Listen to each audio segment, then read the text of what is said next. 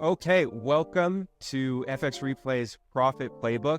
The whole purpose of this is so that we can look at the most profitable strategies and analyze them and share them with you guys so you can understand, what to backtest and how to improve as a trader and potentially, achieve all your trading goals. And today we are starting out with what I like to call our chronic backtester, one of our power users, Joel. So Joel, if you want to introduce yourself a little bit and tell the people what's up, that'd be great. But yeah, thank you so much for being here.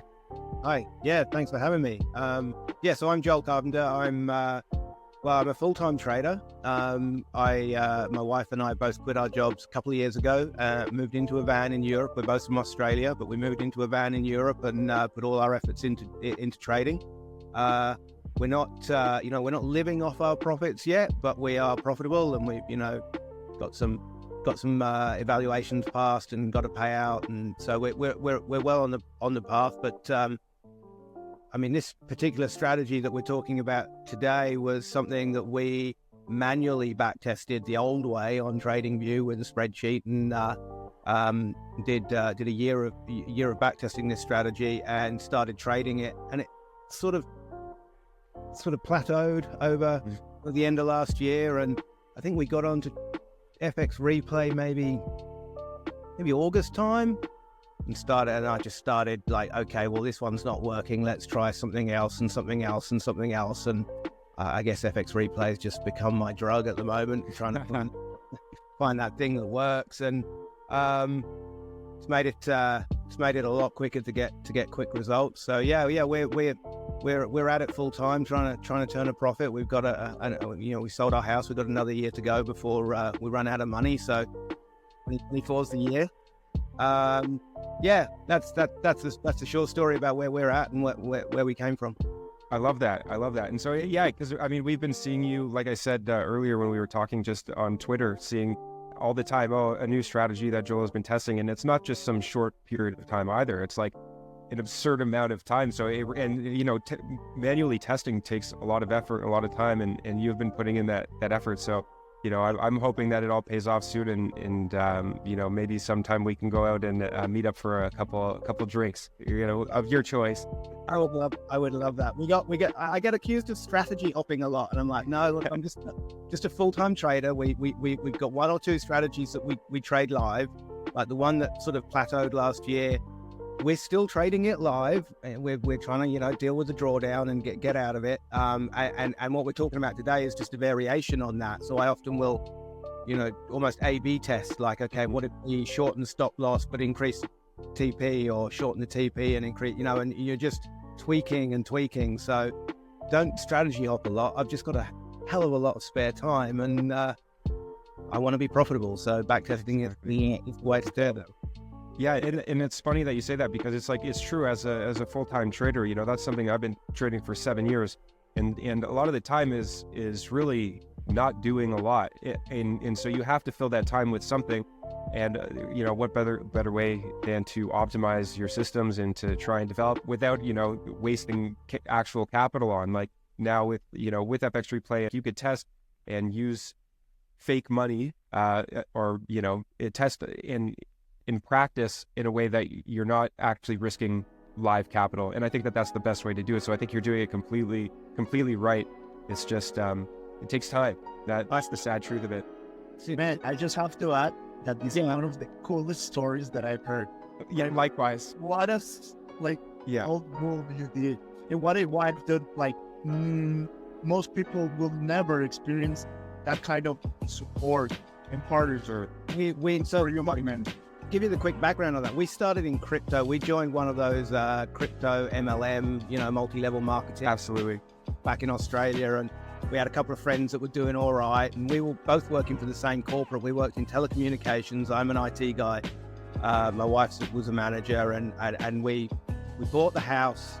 We renovated the house. We had, six-figure salaries. It was just like we were doing everything that society said you should do, and we kind of looked at each other when we finished the house and went, well, this is it. We've achieved everything. What do we do next? And then we realized that we wanted to travel. Our daughter had grown up and left home, and we shipped the two 30-kilo dogs to France, where my sister lives, and my family are in Europe. So I migrated to Australia 20 years ago, and we just went, let's put everything into trading.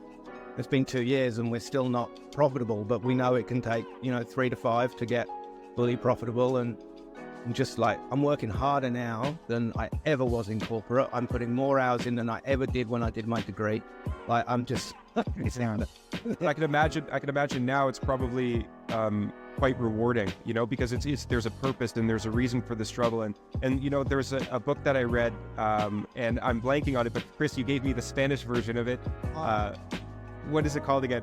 By Viktor Frankl. Anyways, A Man's Search for Meaning. It's like it's like if you have a great why, whatever your why is, as long as it's a significant why, then you can overcome essentially any obstacle. And it's important to have that front and center, and to have a real understanding of why you're doing something, and why you're struggling, why you're putting in all those hours, why are you testing 8 years in a row on FX Replay? Like, there has to be some reason as to why to help you overcome.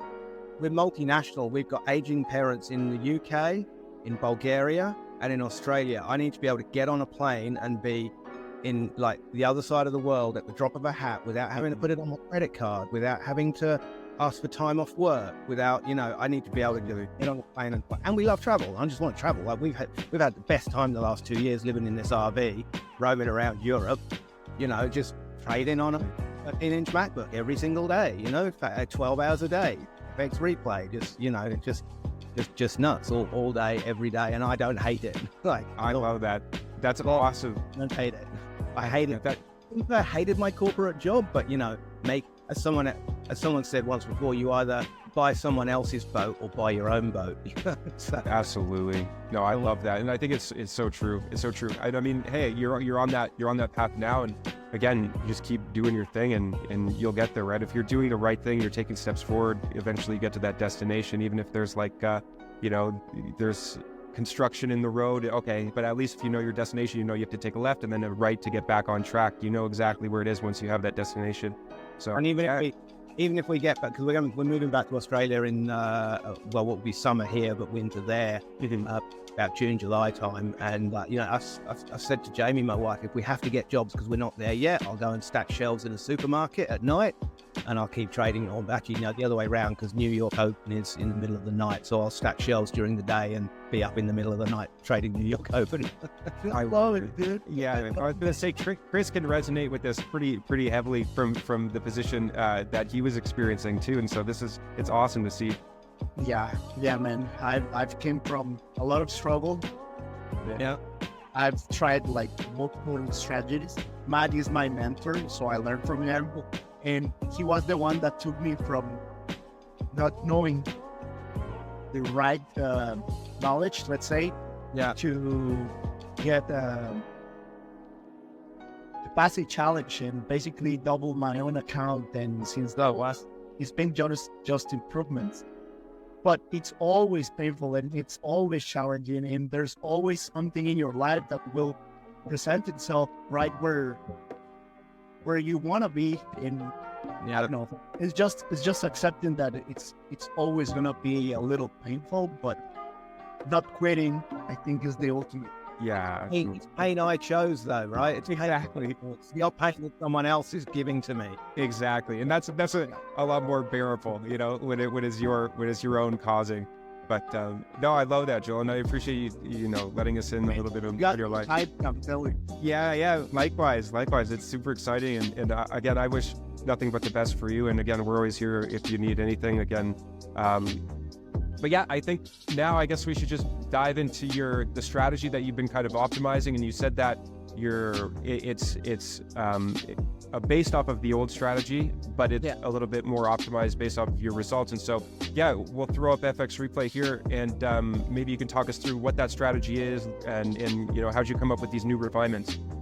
Yeah, well, so if I don't know, people may not know, there's a guy that came out at the beginning of 2023 called Phantom ICT, and he was trying to replay ICT's 2023 mentorship by watching it and then making it a concise video. And he came up with this strategy, which was he calls it the Forex Judas swing, And if you know ICT's teaching, there's a thing he calls the Judas swing, which is at the end of the consolidation out of Asia, there's normally a false move, and then it reverses and goes the other way. And his rules were very mechanical, very tight. They tested really well through 2023, not so well earlier than that.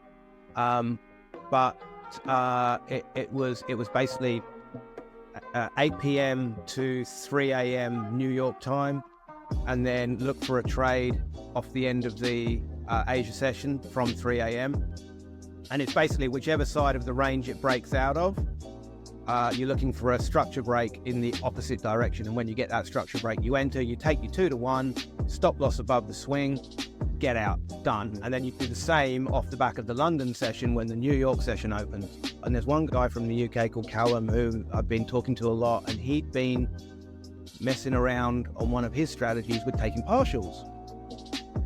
And I went, well, I guess we could look at just, being really aggressive with the break even and partial profits, scrap the Newsday rule, trade every day, and see what happens if you just move to break even. And I think the rule we came up with was at 1 hour move to break even and take 75% of the position off. And we just used the partials that you guys have got, Exactly. 50, 25, 50, 75, 100. And so basically as soon as price crosses that 1 hour line, I would take 75% off and move my stop to break even. As soon as we hit the 2 hour line, I'd move my stop to 1 hour and take 50% of the remaining off, and then the same at 3 hour, and then just leave the rest to run until you get a session, reverse signal or the end of session. Okay. And I went, let's just do all of 2022, forget about news rules, take every trade. And I was kind of shocked to see that the win rate went up. Well, I wasn't shocked about the win rate going up, kind of makes sense, but the equity curve just went, yeah.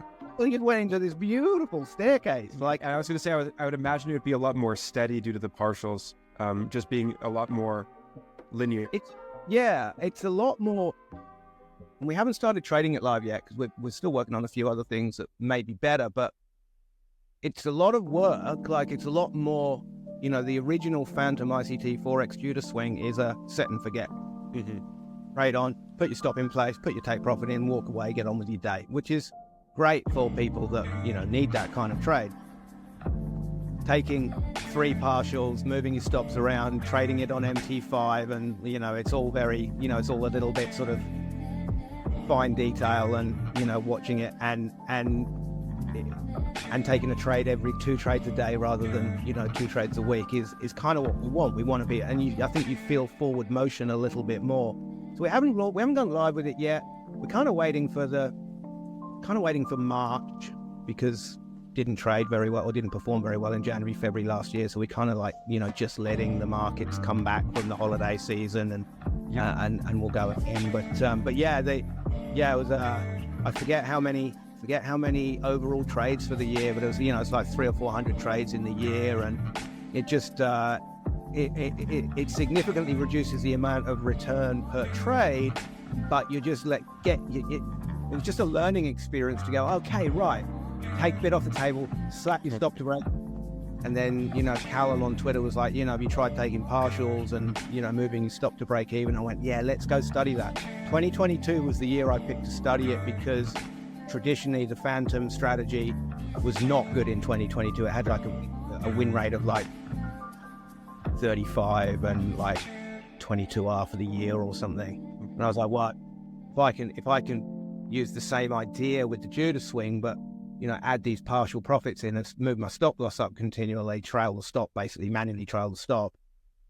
Let's see what it comes back at. And it was significantly better. I think it was the top of my head, I was 55% win rate and 70 or 80R for the year. Awesome. And you know what? This is it makes sense. It's as a trader, for me, from my experiences, I went through phases of trying to, or initially starting off with a larger stop loss, and then going into more higher risk to reward trades, and then going to finding my niche, and realistically a lot of the time, like if it hits any sort of liquidity pool, like, and it's up in profit, like 1-2R, like I don't mind taking off stuff off the table, because I don't know where there is a significant amount of liquidity pooled such that it's going to cause a major reaction. I just know that, hey, it could be resting above this high, so let's just shed off some there and pay myself, and then that will cover up a loss, or that'll cover up some of the commissions, or whatever it might be.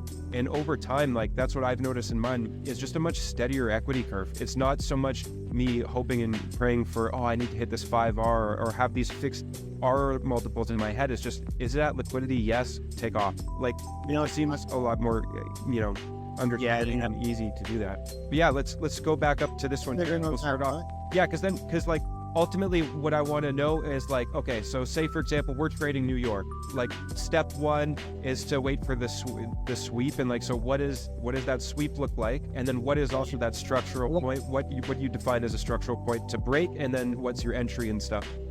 So the yellow box is my Asia range. So that's the 8 p.m. candle through to the 255 candle. Perfect. And the first trade of the day is waiting for that range to be broken, which happens here.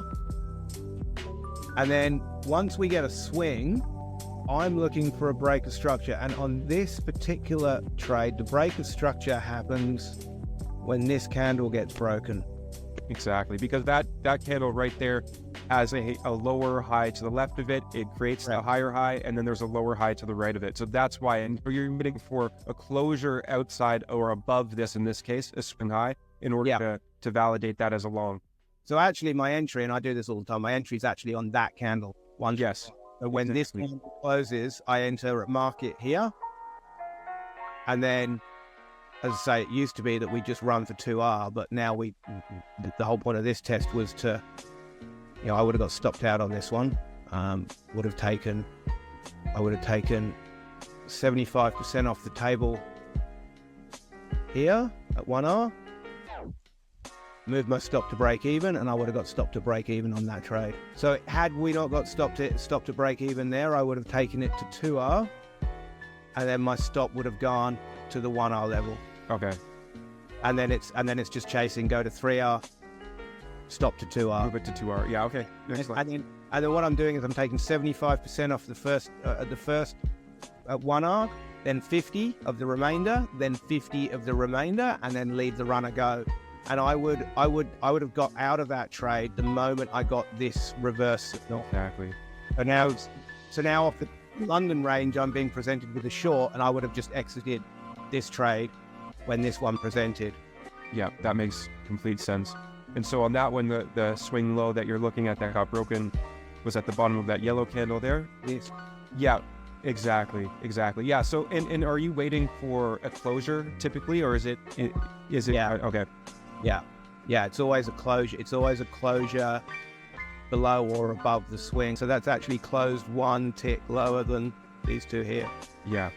So technically that would be an entry there. Yep. I got it. Glad it was, because it was a good trade. Yeah, it was gorgeous, and it completely makes sense. And so yeah, I love it. I love how the process is very streamlined.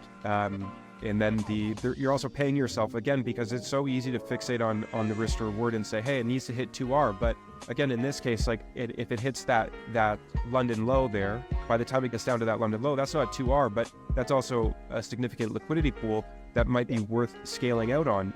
And that's the thing. I think it's really good. I think it's a good habit to get into, is just taking off, especially in the beginning. It's just scaling out at these liquidity pools, paying yourself a little bit, letting the rest run, and then you're good. So I really like that, the whole management technique. The holy grail for us has been getting something that is, nothing's 100% mechanical, but getting something that's so black and white rules that it kind of removes your psychology a little bit from the decision making. Yeah.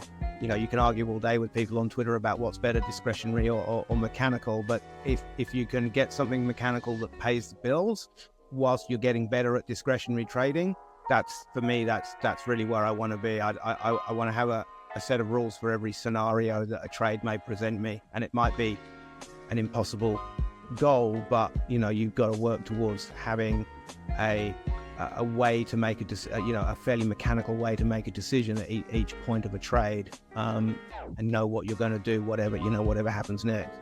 Absolutely. And it only compounds, right? Like it gets harder to make that decision with the more money that's being risked. And so it's better to deal with that right as soon as you can.